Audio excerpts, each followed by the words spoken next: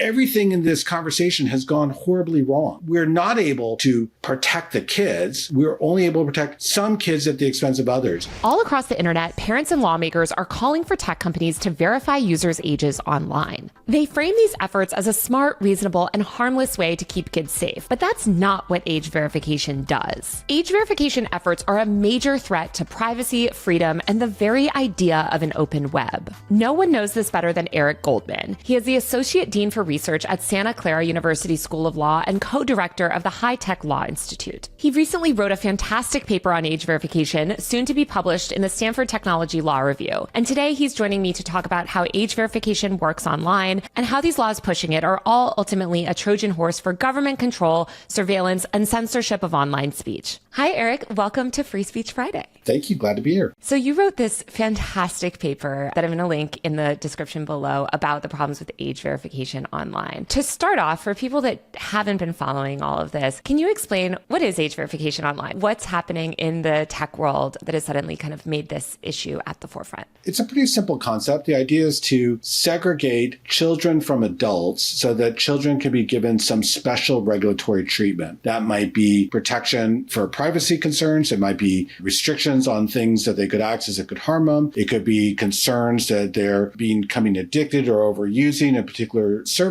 Whatever it is, the idea is that children have special needs online, so we need to segregate them from the adult population in order to provide some greater legal protections. So age authentication, and that's the general term I use as opposed to age verification, though many people treat them as synonyms, is just the idea of let's ask or find out the age of the person who is presenting themselves to an online resource. And if they are identified as children, put them into the special track where they'll get these greater legal protections. I think we've heard so much about this from high school teachers, parent groups, people like Jonathan Haidt, my nemesis, these people out in the media saying, hey, let's raise the age of using the internet, or let's make sure that we keep, for instance, kids under 16 off social media. This is something that actually Australia is trying to do right now. And so there's this sort of increased scrutiny, I think, on the age of users and what should the internet experience look like for different ages, and should we tailor the open web and social media to different age groups? And we treat children differently in all kinds of respects, both from a legal standpoint, like as we get older, we get additional rights from the government, and also treat them differently in terms of their ability to navigate through the offline world. So there are certain items that are unavailable to children for purchase, or certain experiences that children can't have. So it's really like embedded in our society that children are different and they have different needs and different vulnerabilities, and therefore we should treat them differently. And so it's such a natural extension from the offline world to the online world to do exactly that, to say children are different, they have special needs, we should provide a special form of internet for them that is built for where they are in their development. Yeah. And I think because of that, it seems so quote unquote reasonable. This is something that I feel like I'm constantly fighting with people online about, because people are like, well, exactly like you said, we have all these other experiences that are different for children. Why is it such a problem to verify everyone's age online and tailor those experiences? And I think your paper really breaks these 5 big problems down. And I want to walk through each of them today, because I really want people to understand that even though this sounds like many things that sound like such an easy fix and so wonderful, this is actually not something that we want to do. So to start off with, let's talk about the privacy implications. I think there are big privacy invasion implications with any sort of age authentication scheme. Can you talk about some of those? So the idea is that we're going to do some form of checking an internet user's age in order to determine if they're eligible for this special treatment or subject to the special treatment if they don't want it. Doesn't really matter. And there are a couple of primary ways to do this. There are a bunch of other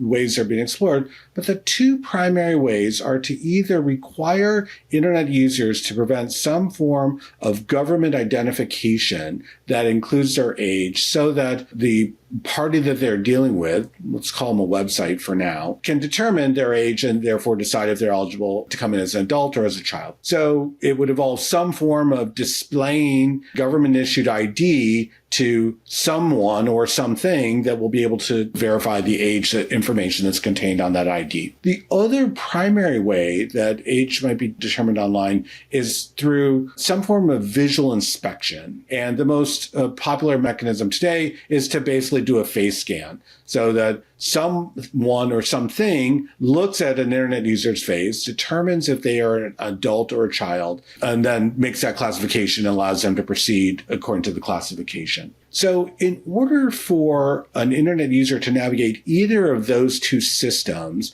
they have to provide something that's incredibly sensitive to them as part of the checking process. That could be a government-issued ID, which now displays to a third party information that we might consider to be quite sensitive. Some of the information that's contained on a government-issued ID includes things like a user's height and weight. And those are also things that people might not want shared with a third party. So when you add it all up, exposing a government-issued ID to a third party potentially exposes lots of additional private information that the user wouldn't want shared with a third party, and that might actually be quite sensitive to them. But even if it's not that, sharing the age alone itself is a pretty sensitive piece of information. That's something that, in fact, we often don't necessarily want to reveal. And there are, in fact, situations where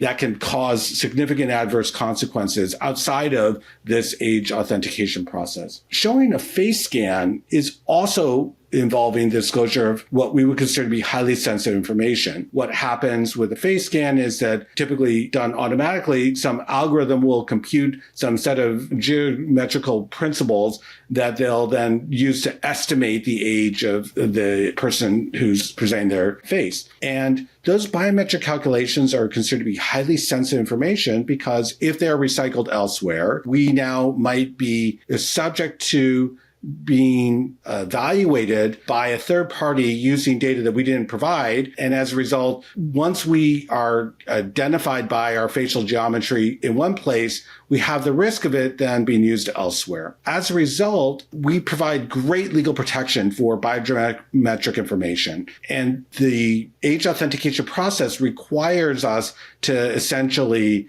disclose that information to lots of other people, as opposed to us being able to keep it more restricted and potentially under our control. So the combination of all that is that in order for us to do something as simple as doing age authentication, we have to disclose highly sensitive personal information about us, whether it's the government ID or the biometric information. And as a result, that puts us at greater risks of privacy violations. And I think people today are so cavalier about their data. I work with a company called Delete Me, which helps get your data off the internet, which I've paid a lot of money to over the years to just kind of like scrape this information from the web. It's kind of crazy because we have all of this panic about our data and, we want to ban TikTok because our data might get out there. But it seems like these age verification schemes actually require tech companies to collect more data. Like you said, suddenly, not only are you collecting sort of basic user data that you can glean from usage of a social media app, but now you have, like you said, young people, children's personal information, their weight, their height, their detailed biometric face scanning data. Like all of this just presents such a privacy violation and also makes me wonder if they would be victims of identity theft. I feel like young people, especially when their data does get out there and they are victims of identity theft, the consequences can be really significant for the rest of their life. So it seems like this is a huge liability. You make a great point, and it really gets down to the fact that we have a duality about privacy in our society. On the one hand, younger people tend to be pretty public with a lot of information that my generation and older might not have chosen to share publicly. We're capturing more of our lives in digital format and sharing them globally. This entire generation has been out in public much more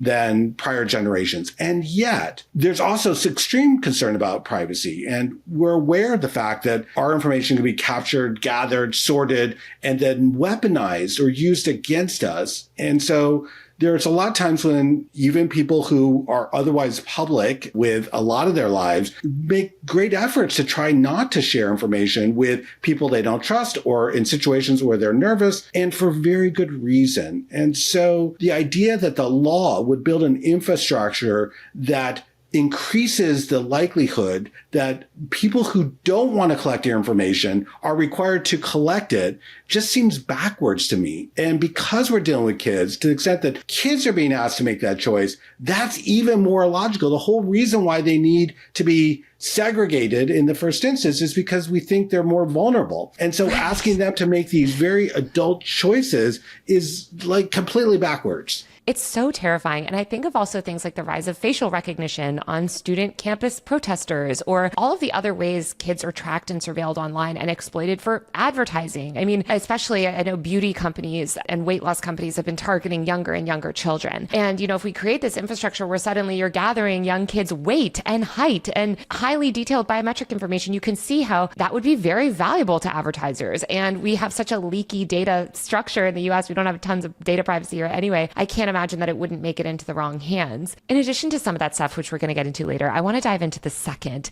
major concern with age verification schemes, and that is security risks. Can you talk about some of the security risks that age verification would present? We already mentioned that in order for users to navigate the age authentication process, they have to disclose sensitive personal information about themselves. That information might very well be captured into a database. We call it sometimes honeypots. The idea is that it's a nuisance that attracts the bad people to come and try and grab that data for their own purposes. We can build a legal system that discourages that. We can say that anyone doing the authentication cannot store the data.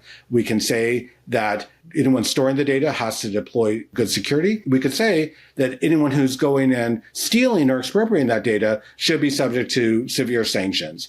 And yet we all know, it's intuitive to us that if we're transmitting data over the internet, it's going to get captured somewhere and kept and then stolen. That's just not a weird happenstance. That's just the basic nature of the process. So as a result, we are subject to greater security risks with our data. Not only are we exposing our private information, but now it becomes potentially expropriated by third parties who could do a variety of bad things to us. It could be identity theft. It could be data mining for adversarial purposes. It could be the government using that data in order to make adverse judgments to us. It doesn't really matter. Once the data is out of the control of the people we thought were going to possess it, we no longer can protect our own interests at the same level. Even if no data gets stored, it still becomes an interception risk. And there's a bunch of ways in which we can try to design systems to reduce that interception risk. But just by mere movement of the data from my computer to the central server in order to authenticate the information, it becomes vulnerable to interception actually at multiple checkpoints along the way. And even if we discounted the storage and interception risk,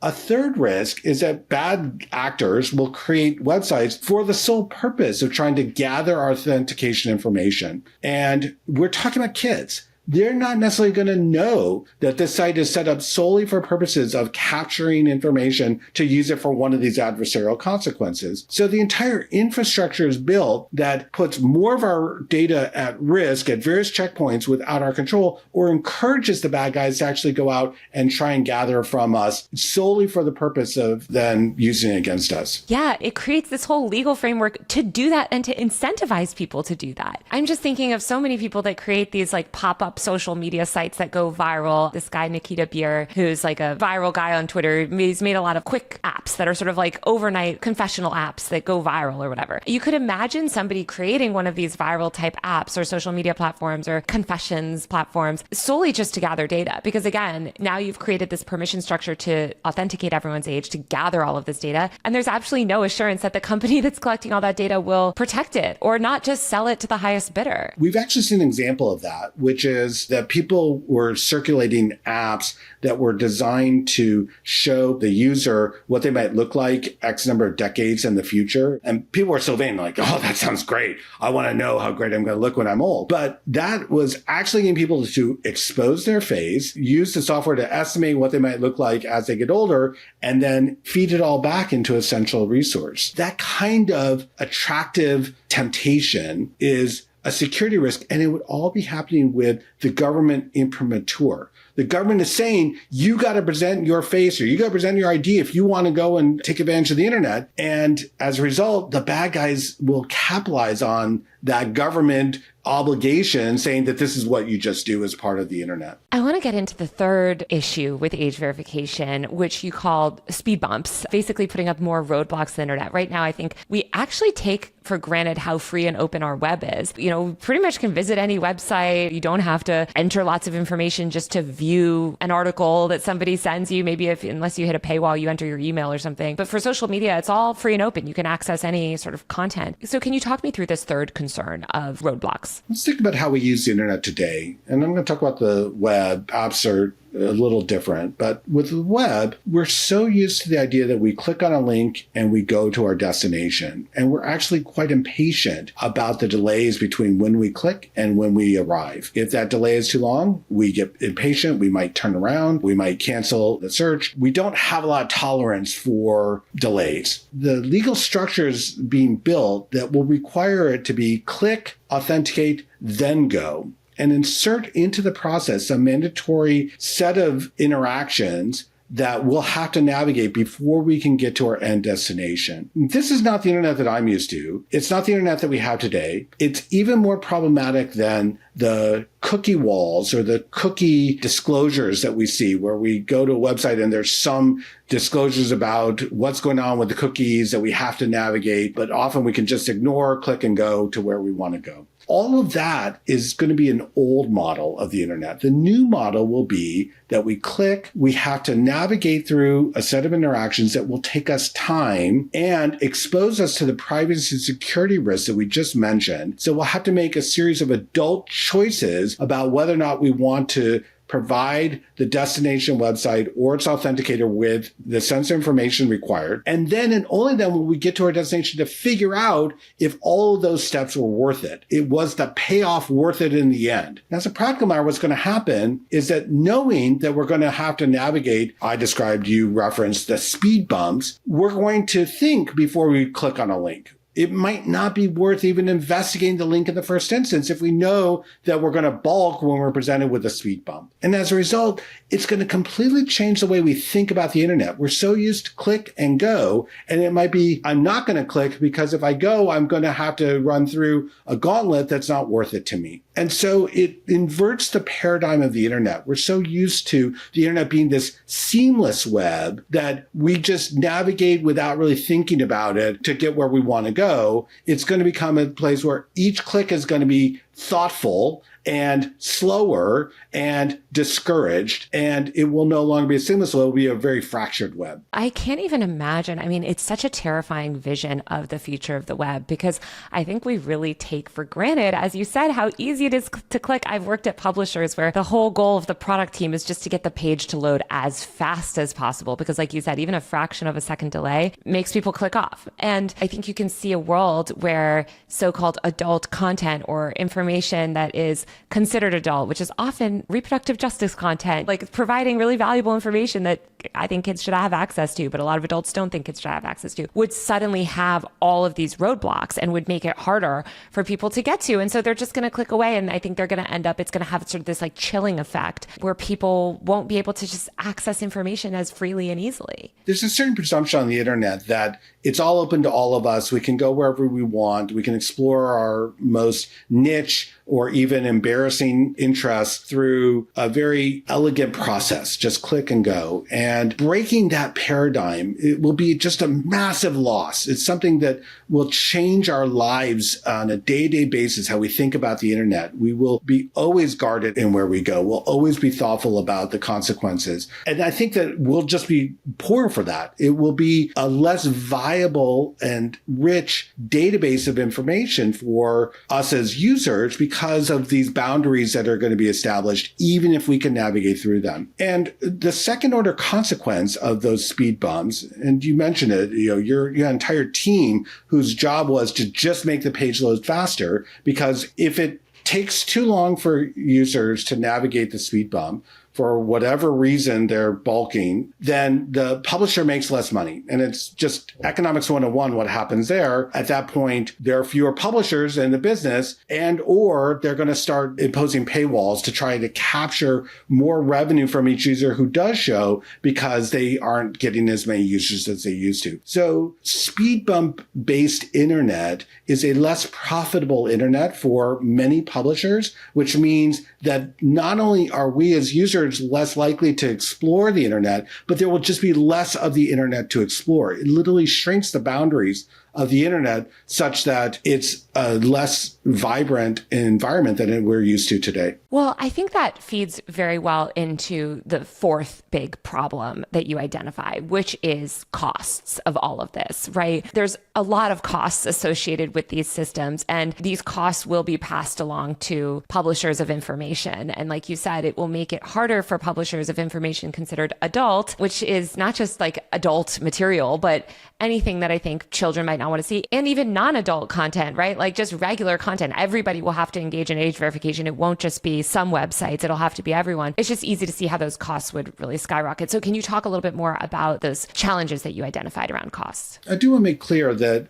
you were talking about adult services, adult content, adult websites. Many of the age authentication requirements can apply to any website that might have children showing up at them, regardless of whether or not the content itself is things that we might object to children having access to. So, for example, things like social media. If we're concerned about children being addicted to social media, we would say then that we have to determine adults versus children and screen out the children or restrict their functionality. And that means all of the adults are being regulated as well. And it means that even if the social media itself had no content that it was harmful to children, we would still require that process to take place. Well, I think that's a really good point, and I just want to drive that home for people, because you hear a lot of people, I see this in the comments of like, well, they're just verifying the ages of children. You can't just verify the ages of children. You have to verify everyone's age, collect everyone's data, including adult biometric and highly detailed personal data, in order to know who is a child. Yeah, I can't stress that enough. An age authentication mandate affects every user of a site. If they knew who the kids were, they wouldn't have to go through the age authentication process. The whole point of the age authentication process is to try and identify which users are kids. And that means every adult is exposed to the privacy risks,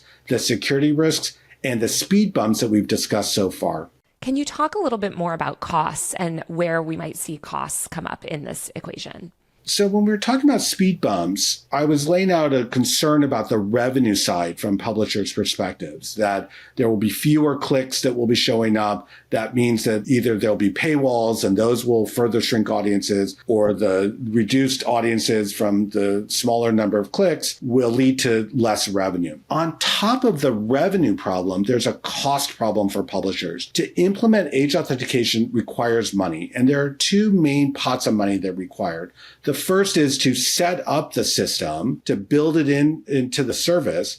And then the second is to do the ongoing operations of that. Now, it's likely that many publishers would outsource age authentication to a third-party authentication service, of which there are dozens, and all of them are dreaming of becoming the next big thing because they see huge potential dollars coming to them. And so they're going to charge both some setup fee to establish the age authentication process for the particular publisher. And then they're going to charge a per authentication fee. So each time that the service is used to authenticate a user, the publisher is going to have to pay the authenticator to do that work. So when you add those costs up, it now creates this squeeze for publishers. They've already lost money because of the speed bumps, and now they're going to have to pay more money in order to service this smaller user base. And we were talking earlier about the fact that you have to age authenticate everyone in order to figure out who the children are.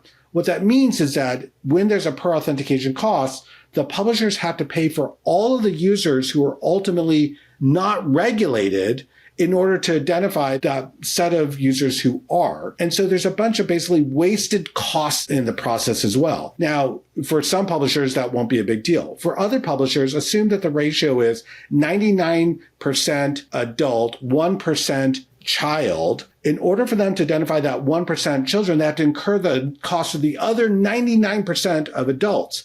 So the cost function actually could be wildly out of whack with the number of users who are actually going to benefit from any of the authentication. So when you put it together, it becomes this huge cost barrier to publishing for a smaller audience that's going to be driven away by the speed bumps. And that's going to further compound the shrinkage of the internet and the shrinkage of the availability of information. It's just going to mean less information available on the internet. I think that's the key point that I want people to take away from this cost section is that it means less access to information. Because as you said, not only will many publishers not be able to bear these costs, people won't have as easy access to information, but I can imagine so many niche sites that I've, grown up using, or like you said, maybe you're interested in some niche thing, or you have a niche identity or a health problem, right? Where there's a forum or there's a community online that really speaks to a very specific health niche. They're not going to have the resources to implement these massive systems and expensive systems and data controls and all of that. And so I do believe that a lot of those smaller sites and publishers and communities will simply be removed from the internet. And others will go to a paywall model. And there are circumstances where paywalls are a good thing and we should encourage them. But it's certainly contrary to the way that most of us use the internet today, where we view paywalls as the exception to the rule. In general, we expect to get free content that's ad supported, and we're okay with whatever deal we're striking with our personal data or attention to get that ad supported content. But that option might go away. And it might be that we run into a very small number of paywalled publishers, and we're having to pay for access to every database that we're ultimately going to be allowed into. It seems like, again, the government is trying to push this model, and I've talked a lot about this in other videos, where they want to just replicate old media. Back in the 1980s or 90s or whatever, I guess there was some internet in the 90s, the 70s and 80s, where you had to physically purchase a magazine to get information, or you had to physically purchase, media, and it wasn't so free and accessible. And like you said, it ultimately hurts these smaller publishers. So it's concerning. Yeah, it really was a weird historical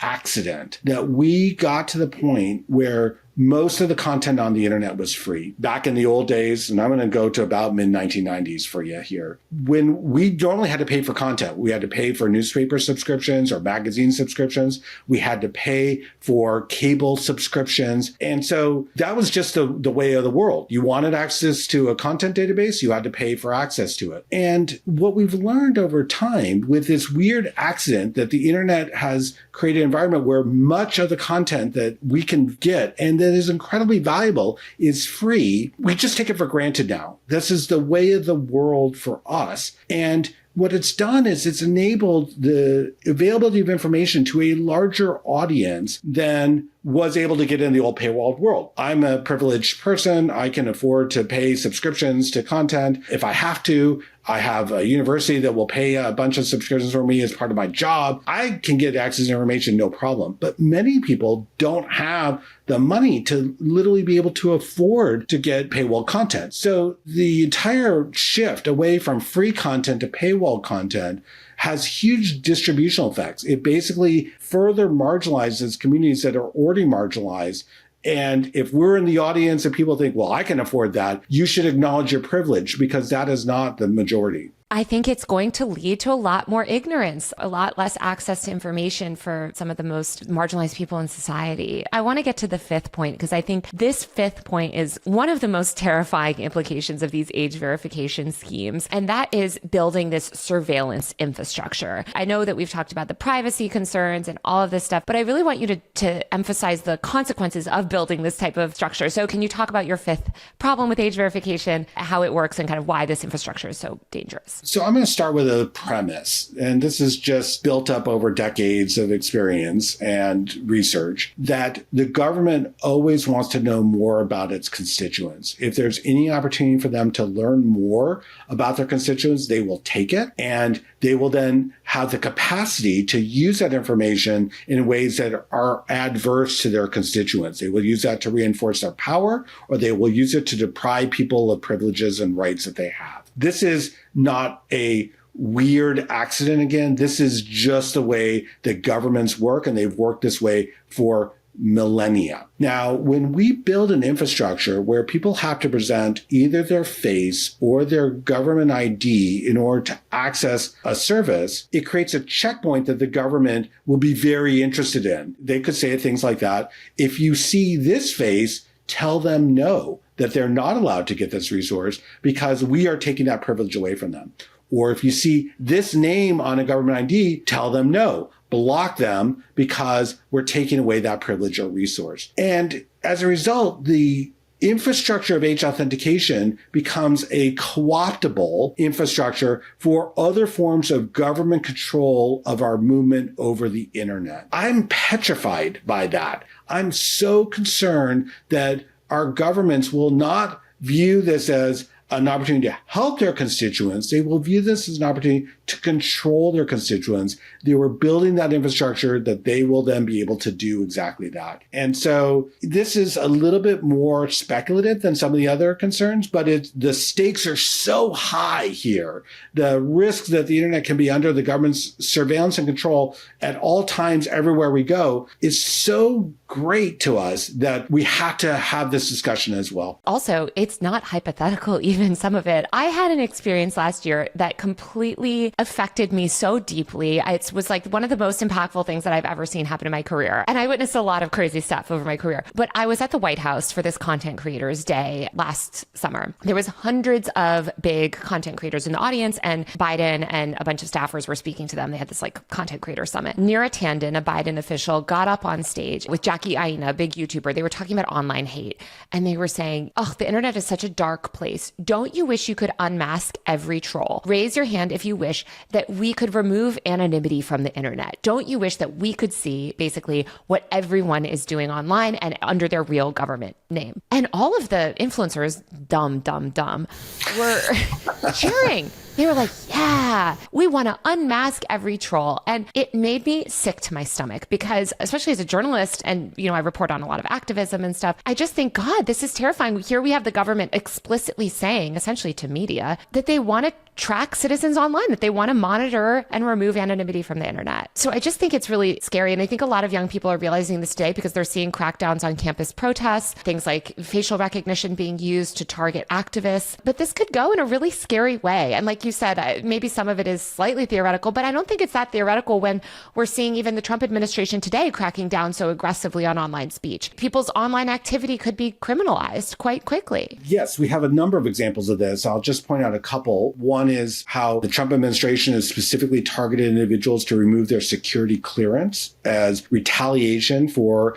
the speech that they're doing. We've also seen students having their visas pulled for their online speech. And you could imagine then a government that's willing to do that, then also saying, we're going to blocklist some people from being able to access online banking or from being able to access online content. And it's such a small leap from those current activities that we're doing to the ways in which you could weaponize control over people's movements online that I feel like that's part of the government's objective, that that's just where the government is going to go. Even if we don't get there, in order for most websites to confirm that they're dealing with an adult as opposed to a minor, they're going to create online profiles of users that you're going to have to log into with your login credentials. That way, it saves you from having to re-authenticate yourself each time you go. It also saves the publisher the cost of doing the re-authentication. So many sites that we go to today, we don't have to create an account to get into a registration wall. We can just click and go. In the new model, even if we don't get to the government surveillance panopticon, we're still going to have situations where our account activity is going to be available to publishers and anyone else who can get them. And we're going to have persistent identities at many of these places that we're used to being able to just dip into and dip out without identifying ourselves. And so in order to do the identity authentication that's part of the age authentication piece, we're going to basically be forcing people to not be able to be anonymous, that they'll be attributable or even identified in every place where they've done the age authentication. So there's so many different ways in which the internet looks different with an age authentication requirement, including the fact that we might have to do more registrations that make our actions more attributable. I just really want people to think actually how anonymous the web currently is, which is a good thing. The troll comment bothered me a lot because we have research on this. We know that actually removing anonymity doesn't even help cyberbullying. It doesn't even mitigate online harassment. It's just this sort of pretense. And it reminds me of a lot of the conversation around age verification and why this is being pushed. The government isn't overtly saying that stuff, aside from maybe that near tangent comment at that one time. What they're really saying is like, think of the children. We have to protect children from online harms. And that's why we have to pass all of this legislation. And so I just want people to understand that like, that's not really what it's probably about. Obviously, we don't know the government's full motivations, but like the ultimate consequence of age verification is going to be vast and broad, and it's going to affect everyone. It's not just going to be this thing where we can protect kids. So I want to get into one thing that a lot of people suggest as a solution to some of this stuff. And that is this idea of parental consent, where people say, well, all right, so age verification isn't great, but what if we just establish parental consent? So you can access the internet in all these certain ways as long as your parent says so. What are the problems with that? So we think about parental consent as such a natural form of child development that we want to allow parents to know what their kids are doing, make the choices for their children that reflects their knowledge about how their children will best flourish and gives the adult supervision that's required to help them make greater choices. And so parental consent is ubiquitous again in the offline world. You know, in order to do a bunch of things in high school, you had to go to your parents and get them to agree. It wasn't your choice as a child. It was a family decision that parents were involved.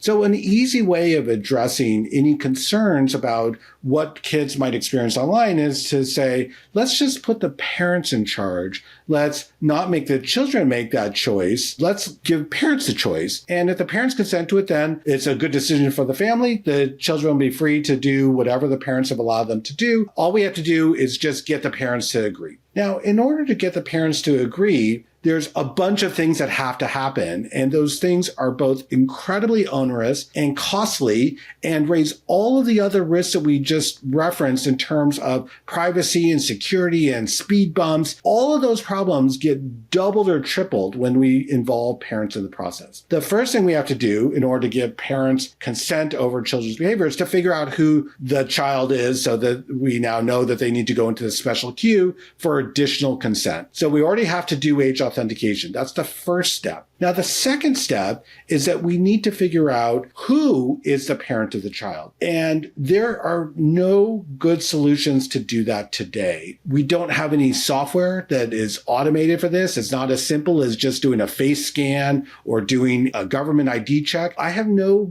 piece of paper from the government that establishes that today I am the parent of my children. I have birth certificates, but that was a long time ago. Lots could have changed since then. And otherwise, that's it. There's nothing I can show that establishes my status as a parent of my children today. So we don't have a mechanism to confirm that whoever might be giving the consent is actually the parent. If we wanted to fix that problem and make sure that we were actually hearing from the parents and not just the friend of the kid who's pretending to be the parent, we would need the parents to present lots of highly sensitive personal information, which they really don't want to do. They may not be able to figure out how to do it. And then they would be faced with all the other risks that we talked about. Not only would the children have the risks of privacy and security and all the other consequences we talked about, now this new information would also have privacy and security risk that now puts the parents at greater risk as well. And by implication, also the children. And especially where the concerns are relatively minor. If we're trying to, for example, protect children from some kind of privacy harm that in the grand scheme of things is not super significant, if we require parental consent for that harm, we actually are putting the children at substantially greater risk in order to authenticate the status as parents in order to allow that decision to be made. So the net consequence of all that is that now we've hurt the child with the privacy and security risks of age authentication. We now have hurt the parents with the privacy and security risks of their authentication. And we've made the children more risk because the information disclosed by the parent also puts the children at risk. And then finally, we need the parents to consent to whatever behavior there is being regulated. And so the parents have to figure out not only how to establish their identity as parents, but then also to navigate whatever approval process is necessary. And the reality is, for some of you, you're so digitally savvy, you're like, oh, people will figure that out. They actually have done studies on this. And, parents are like, I don't know how to figure that out. I'm a boomer. I can't navigate my phone. How am I supposed to figure out how to navigate this entire process? And so we have all the compounding problems of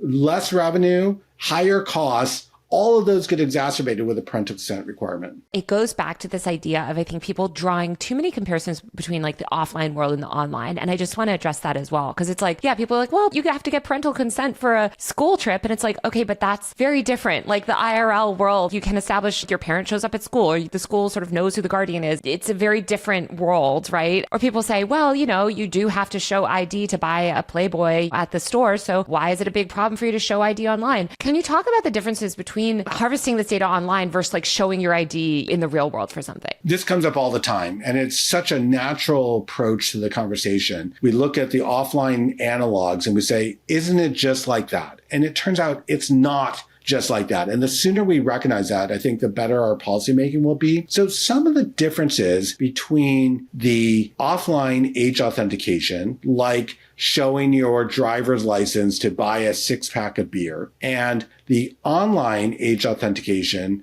showing your face or showing your government ID in order to access some content online, include the fact that first, when you're doing it in physical space, the first thing that the authenticator, let's say the liquor store clerk, is going to do a visual inspection. But in order to do that visual inspection, they will capture nothing. Their eyes will scan your face and nothing gets saved in the process. There's no digital trail of that whatsoever. And by doing that kind of scan, they can then decide whether or not they need to do a secondary form of authentication, like the presentation of a driver's license, or if they can just accept that the person is clearly an adult or clearly a child. And in my paper in a footnote, I drop a little snark. I say, I haven't been carded buying alcohol in decades, because every single clerk, when I'm buying alcohol, is like, this guy is clearly a geezer. I don't need to go through that secondary process. So the number of people who actually have to then show their government ID in the process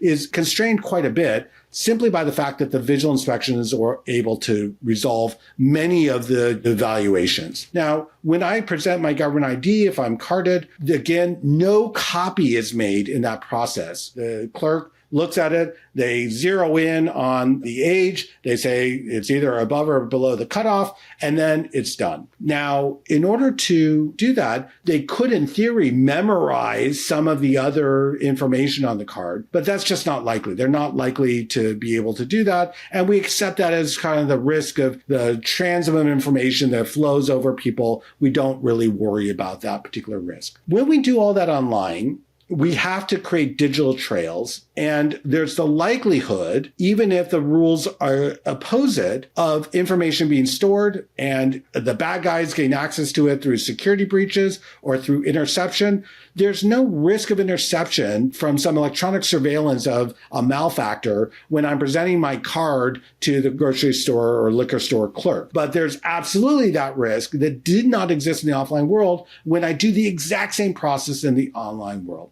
Now, when the clerk is evaluating whether or not I'm allowed to buy the 6-pack, there's a cost to that. There's some time that they're taking away from their other duties to that, but it's no real marginal cost to do so. So it just gets built into the overall economics of running a store. Whereas with the online world, there's an actual cost for each and every authentication, even when it's not required. So for the adults, it's like the store would have to pay money out of their pocket to verify the government ID of an adult that never needed to be verified in the first place. It just raises the cost for everybody. Now, some laws require that authentication to take place online before you're allowed into the website whatsoever. So assume now it's not the clerk who's evaluating the purchaser at point of purchase. Assume you have to show your ID in order to get into the store. Now, that raises the speed bump issues. It raises the privacy security issues, and it raises the cost. Now, the online publishers have to pay the cost before they even know if they're going to make any money from that person. So the costs have gone up dramatically in the online world compared to the offline world. And that, of course, also chills people as well. The last thing I'll say is that the goal of the segregate and suppress process is to keep people from getting to content online. Most of the circumstances where we're required to authenticate our age in the offline world, we're buying physical things that have no speech implications. But if we are restricted from accessing published content online, then the restriction is keeping us away from speech. And so all of those issues about the speed bumps causing people to bounce is keeping adults away from constitutionally protected material that they're completely entitled to get. And that has nothing in common with blocking a adult from buying a 6-pack of beer. Yeah, I think that's what's so important for people to understand. And I don't want to talk too much about the cost. I think we've made that clear, but I think it's just important for people to remember that this is speech. Most of what people are doing online is accessing information, researching something, looking into something, again, trying to find out a little bit more information about maybe a niche medical diagnosis, connecting with friends,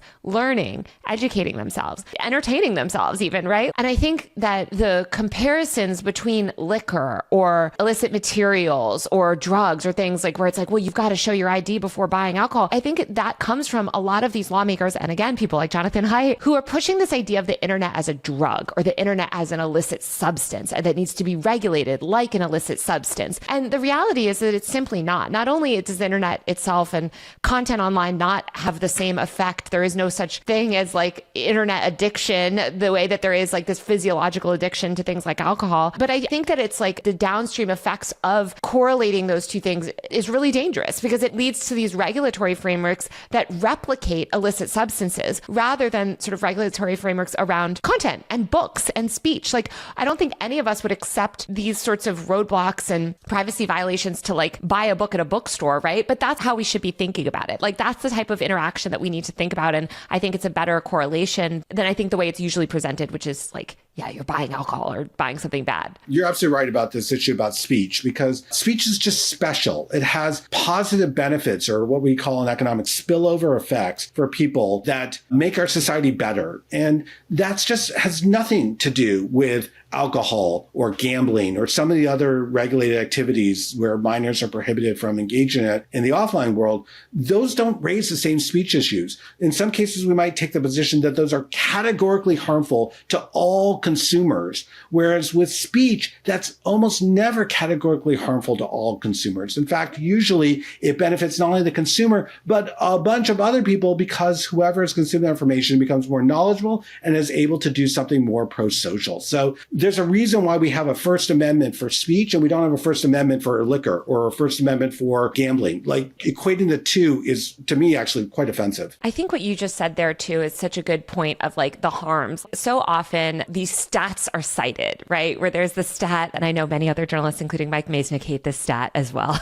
You see it all over. 1 in 5 teens say that Instagram makes them more depressed. That is used to then justify preventing most teens from accessing Instagram. And by the way, we know that what most teens are doing on Instagram is actually messaging their friends. And so we ignore the fact that actually far more teens reported that actually using Instagram made them happier. And we see this replicated a lot through these studies. I wrote about a study recently that was showing actually kids that had access to cell phones had better mental health outcomes the younger they got the cell phone. Again, probably because they're more likely to be able to be in touch with friends. And actually, I thought it was really surprising too. I just want to say that the lower income kids were more likely to have cell phones than the upper income kids. So it didn't have anything to do with the money that their family had. Tangent aside, I feel like we're so comfortable on the internet saying that we're acting in the best interest of some kids while really regulating the internet at the expense of other kids, a greater amount of kids. We're hurting a lot of kids that would benefit from free and open access to information on the internet to ostensibly help this very small minority of kids that claim to be harmed by it. Does that make sense? Well, it sure does as a statement. It doesn't make sense as a policy. And that's part of the Yes. reason why we object to the age authentication requirements, is because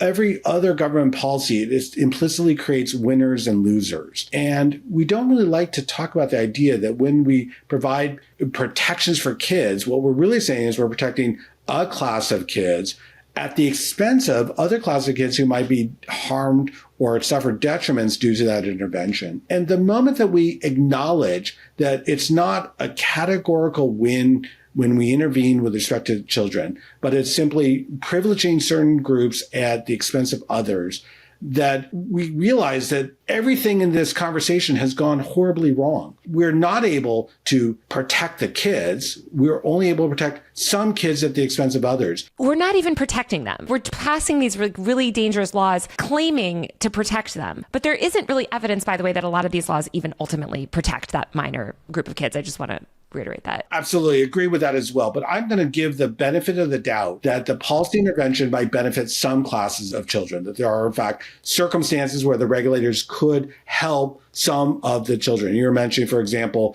the Instagram scenario where 20% of the teenage girls were harmed by Instagram. That they felt Instagram harmed them, not that there's proof. Where 40% said that they felt they were benefited by Instagram. And so just take that scenario. Imagine that we could do a regulatory intervention to protect the 20% of the Instagram users who feel like they were harmed by Instagram. If we could do that with no collateral damage, the answer is absolutely yes. Let's go protect those 20%. If we say we will be able to benefit as 20%, but the 40% who said they were benefited by Instagram might no longer get those benefits and might actually suffer harms. Now we're having to pit the constituencies against each other, and we're having to make trade-offs. And it's possible that those trade-offs result in a net negative to society by intervening. And that's what's happening with almost all of the laws that are designed to protect children online, is that they are making trade-offs where we don't even know that the net benefit is that children are winning. It is entirely possible that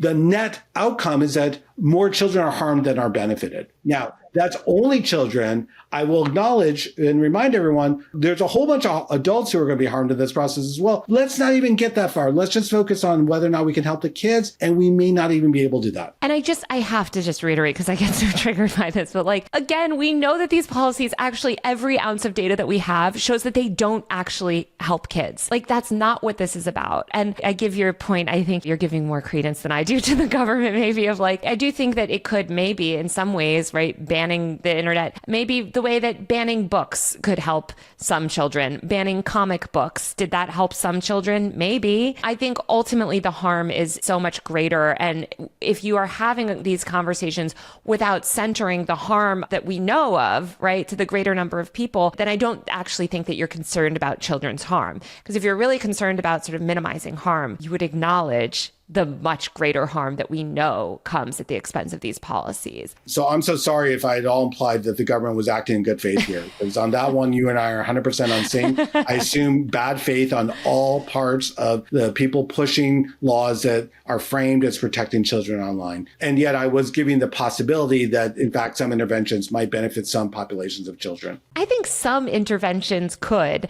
I think the current slate of interventions, we know that's not what they're about and that's not what they're going to do. And so I guess that brings me to my final question for you, which is how can we make it better? Because I think nobody wants to see children harmed by online content. This is an issue that is ongoing. And I feel like it feels so fruitless anytime I do these videos and people are like, well, then what are we supposed to do? And I'm like, well, we should start by not passing these really dangerous laws. But is there anything people can do to help make a safer internet? Or do you have any sort of policy suggestions that you think might be beneficial? I do have some, but I'm going to start with the acknowledgement that there's no magic wand here to wave that will just solve problems that are easy and that will have no collateral damage. And once we let that go, once we recognize that any policy intervention is going to create winners and losers and involve trade-offs, and that we might very well be harming children, and we are trying not to even admit that, but once we do, we realize that maybe that's not an option. Once we realize that there are only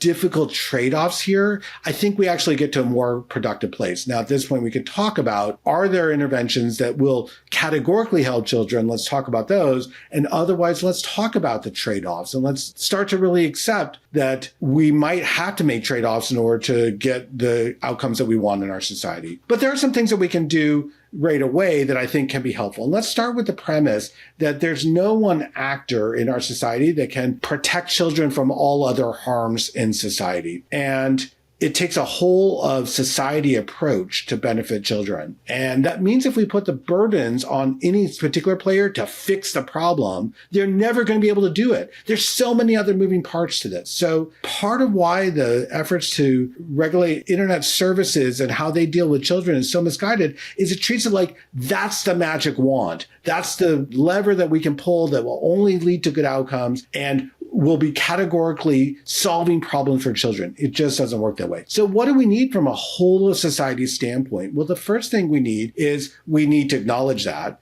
The second thing we need is data. We need more data about some of the trade-offs that we're making. We need to understand different populations, and we need to understand both the harms and risks that they're facing, but also the benefits that they're getting. And there are surprisingly little government efforts to try to systematically capture what benefits children are receiving online.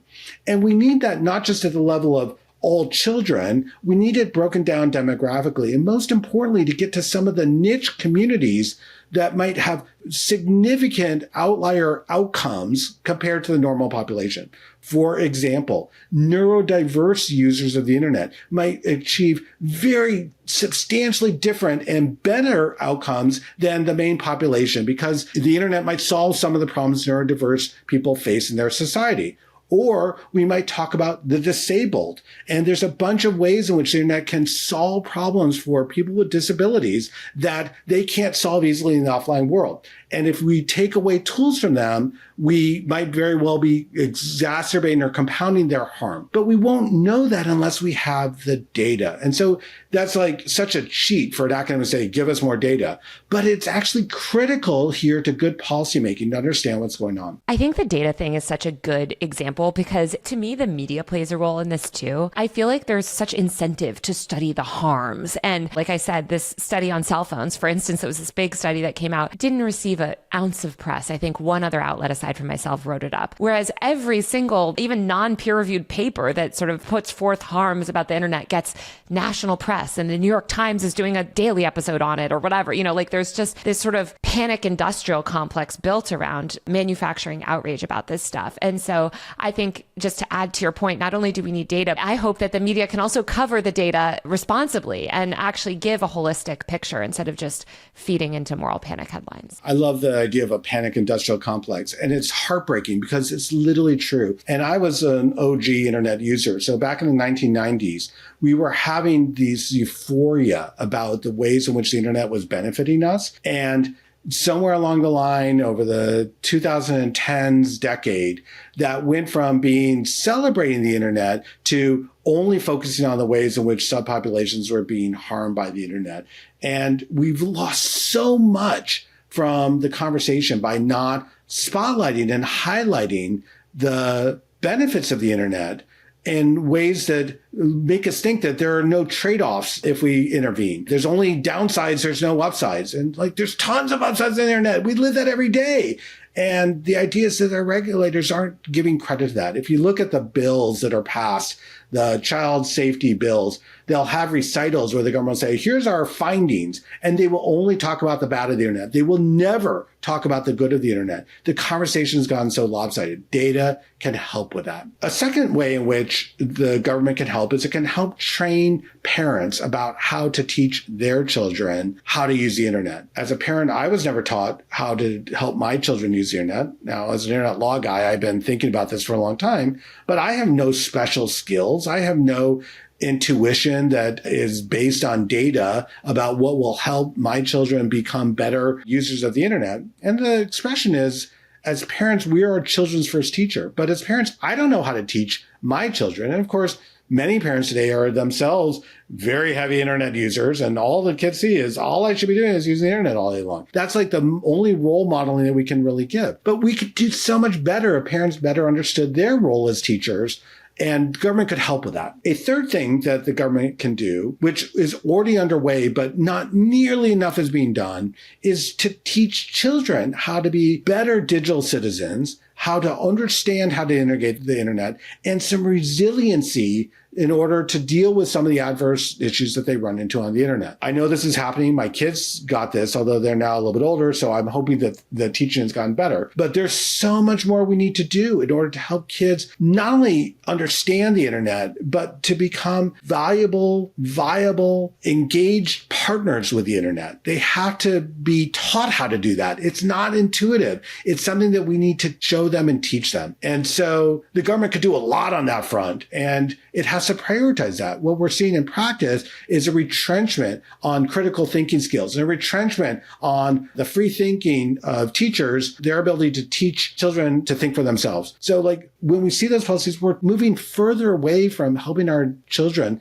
be digital citizens. We're actually making it harder for them to be prepared for the future they're going to face. And on that front, one of the worst things in my mind is the categorical bans to say that children can't use the internet. What we're really saying is you're going to get the right to use the internet at some future time, but you're not going to be taught or have any experience in how to use it. You're just going to have to figure it out as an adult. And to me, that is like the worst possible response to a digital future. That is what our children are going to experience for the rest of their lives. And the idea is that we're not even going to teach them and help them, guide them through that process. We're just going to expect them to know how to do it as adults. Like, that's the worst. I know. And I think this is what's so problematic about what people like Jonathan Haidt are pushing to Congress, and these people like Mark Warner, Richard Blumenthal, Amy Klobuchar, these people that push these things where they want to age gate the internet. And it's like, okay, so you prevent kids from accessing the online world until they're 16. And I know the ultimate goal is 18. And then what? You send them out into the world with absolutely zero media literacy, with zero ability to actually navigate these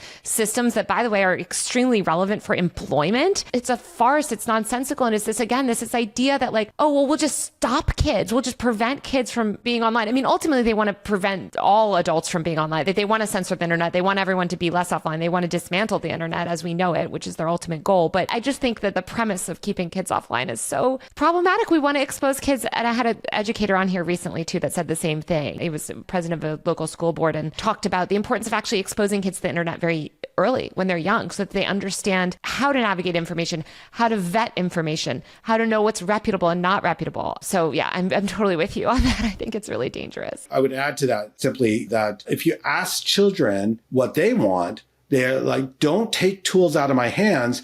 Teach me to use them better. And so it's actually another form of erasing children from the equation to say, we're going to protect you by doing exactly what you don't want and telling you that you should really like this. So to me, it sends such a terrible message to children when politicians take that stance. They're basically not listening to children and what they really want from them. And they're ignoring, again, the primary way kids use a lot of social media is to message their friends. It reminds me of a lot of the moral panic around even just the landline telephone and the idea of like, oh, everyone's on the phone talking all the time or whatever. It's like, we want kids to not be isolated. These same lawmakers are out there yelling about the loneliness epidemic all day long, and you're trying to criminalize kids messaging each other. It's absurd. You know, Taylor, that's a great point. I want to make sure that we don't skip over that. I'm willing to accept the possibility that our children are under great psychological distress today, and we don't really know why. So that's led to some really bad, I think, arguments that do correlation studies and say, here's the introduction of social media and here's the introduction of baggy pants,